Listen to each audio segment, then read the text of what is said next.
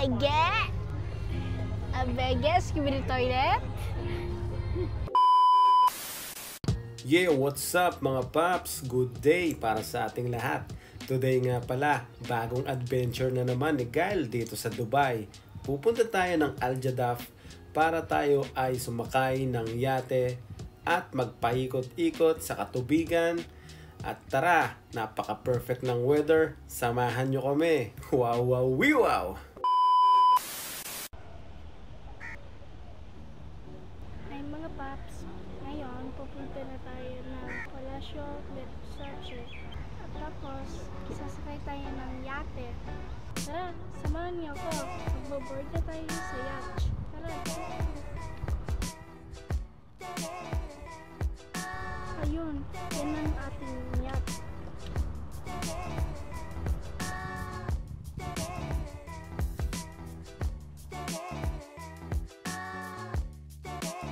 Ngayon, nandito na tayo sa ating yacht at mamaya alis na tayo.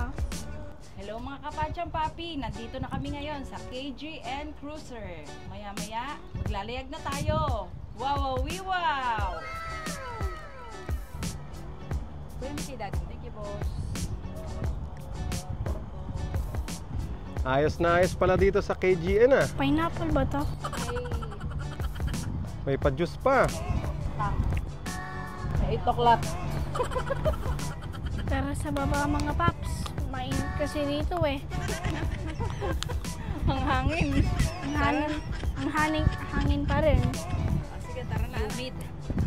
Yes mga paps, napakababait naman ang mga staff dito sa KGN Cruiser. At dito kami, papalamig lang muna sa loob kasi medyo mainit pa sa taas. 6 PM, magsi-start na tayong maglayag. So dito, chill-chill lang muna kami. Kasama namin si Patcham Mami Baby. at si Patcham Cheche.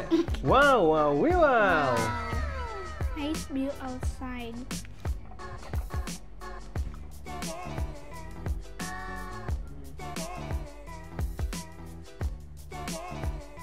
Palacio Versace on the floor.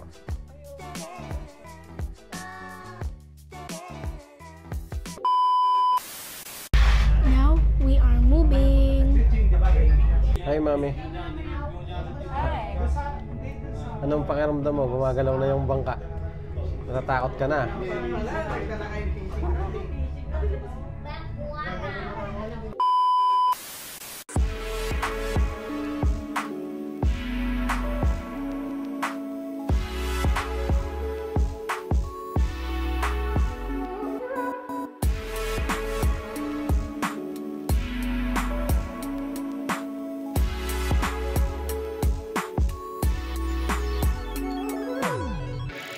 Nandito na tayo.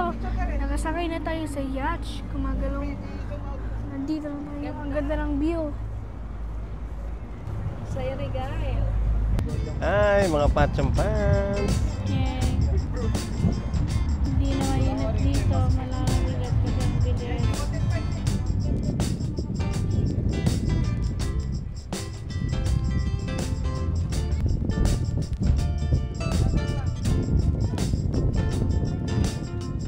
Hi.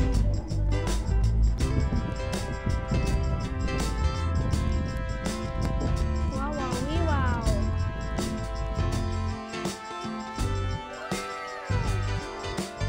Pupunta na tayo ng West Philippine Sea.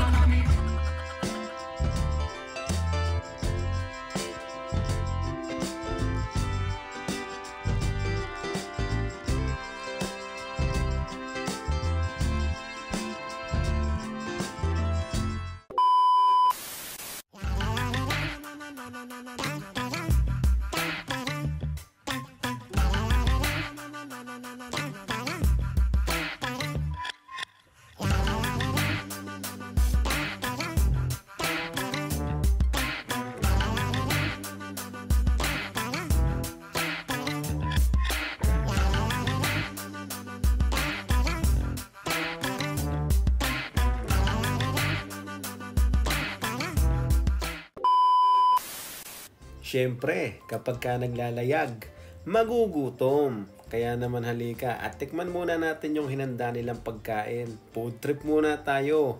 Wow, wow, wow! Wow, wow. Saktong-sakto yung oras para masilayan natin yung sunset. Kitang-kita natin yung mga iconic na building dito sa Dubai. Meron na nga pala kami ditong souvenir. Ito yung picture namin nung kararating namin dito sa yacht. Ideal talaga na magpabook dito ng 6 PM kasi makikita mo yung sunset at the same time makikita mo rin yung mga nagliliwanag na building kapag ka medyo gumabi na. Ito rin yung ibang mga yate dito pero itong KGN yung napili namin. Tingnan mo naman mga paps, talagang view pa lang, panalong panalo ka na. Dadaanan din natin yung Dubai Festival City Mall, Crown Plaza at marami pang iba. Pahinga lang ng konti dahil kakakain lang natin at mamaya-maya manunood na tayo ng kanilang hinandang show.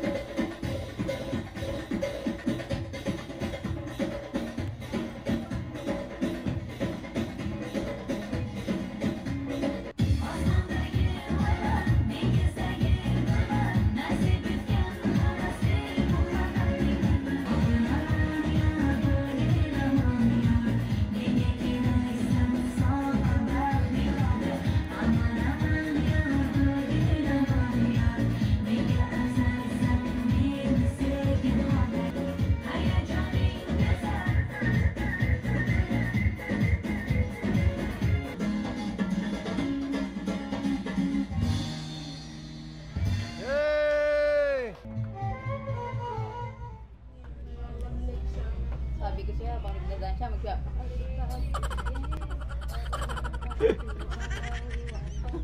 hindi ko nga alam yung dance mo, yung sa akin tinuturo eh. Wow naman! Wow! Wow!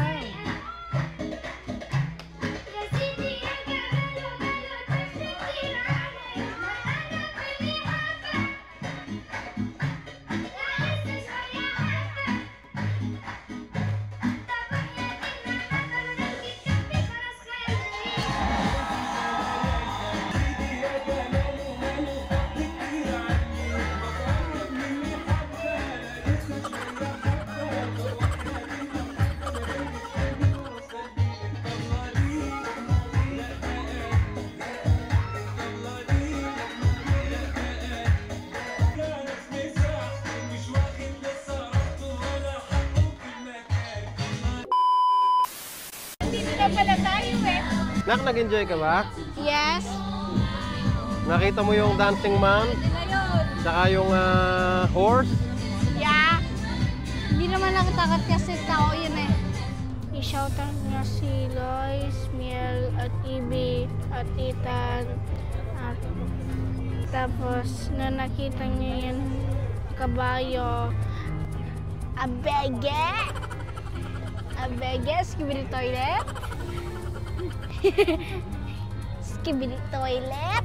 Yan na. Thank you. Pero alam mo naman, Papi, sobrang saya ko ngayon. At yung dancing man, yung dancing pone, happy pa rin ako. Nag-enjoy ka ba, anak? Sa pinuntahan natin? Yeah. Pati din sa yacht, ang ganda. Ang ganda, no? May purple pa dito eh. Aircon yung loob, no? Tapos sa taas, Mainit. Kaso malamig naman ang hangin. At eto na ngayon ang ating goodbye dito sa yacht. Bye! Wow! Wow! Hindi pa. Ay, di pa ba? Thank you. Ayaw sumagot sa akin ah. Hindi. Bye-bye. Iwan ka na dyan. Ito yung sinakyan namin mga paps. Hindi. Yung KGN Cruiser. Dito po yan sa may Al-Jadaf. Dito sa likod ng Palacio Versace. Pwede kayo magpabook. Yung number, ilagay natin mamaya sa dulo ng video. Napakababait ng mga staff dito at napakasarap ng experience namin. Nakapagyati kami, ganun-ganun lang. Actually, marami pang mga yate rito, pero ito ang aming napili, KGN Cruiser. Recommended namin yan mga paps. Subukan nyo. Ayan na mga paps. Sobrang ganda at sobrang sarap ng experience namin dito sa KGN Cruiser. Dito po yan sa may Al-Jadaf, likod ng Palacio Versace. At sobrang nag-enjoy talaga kami. Ito, may pa-souvenir pa sa amin na picture. Daran! Wow, Diba? Wiwa. Goods na goods, diba? Ano naman ang masasabi mo naman, anak, sa naging Enjoy experience ka ba, natin? anak? Yes, enjoy ako sa yate. Dapat i-try nyo din yung yate dito pagka uwi kayo dito. Para mag-enjoy din sila, no? Sobrang ganda ng experience natin doon. May mga show pa, di ba? Saya. Yun! Sobrang saya nga naman ang experience natin sa pagyayate. Kaya naman hindi na kinaya ng powers. Bagsak na agad kapag dating sa bahay. Kaya naman ito, the next day, tinuloy namin yung plano namin na food trip sana nung same day na nagpunta kami doon sa Al-Jadaf. Ngayon, nandito na rin kami sa may Al-Diafa para naman ulit mag-food trip. Maraming beses na kaming nakapag-food trip dito sa may nihaw, hot pot, and barbecue. At hanggang ngayon, patuloy pa rin namin binabalik-balikan. Reasonable naman kasi yung prices nila sa dami ng iyong pagpipilian at pwede mong matikman. May mga lutong ulam na dito para sa mga taong gutom at gusto lang mabilis na mabusog. Gayon din naman mga paps, katulad ng i-experience namin today, magluluto kami ng barbecue at mag-hotpot. Yan naman ang aming gustong ipa-experience kay Gael. Thank you kay Tita Che for bringing us here para maka-experience na naman ng isang wow-wow-wiwaw na dinner. Actually, amazed nga si Gael sa dami ng pagpipilian dito. Although nakatikim na rin daw siya ng ganyan sa Pinas. Sinasama siya lagi ni Tita Ina at ni Shishi at Ninong Topper sa mga sangyupsalan doon sa atin. Ngayon naman makikita nyo kung paano kagaling palang mag-chopstick ang aming baby girl. Gael, let's bring it on! Habang pinapakita natin itong mga sauce, i-ready mo na yan. Naka-on na ba yung kalan? Let's get it on!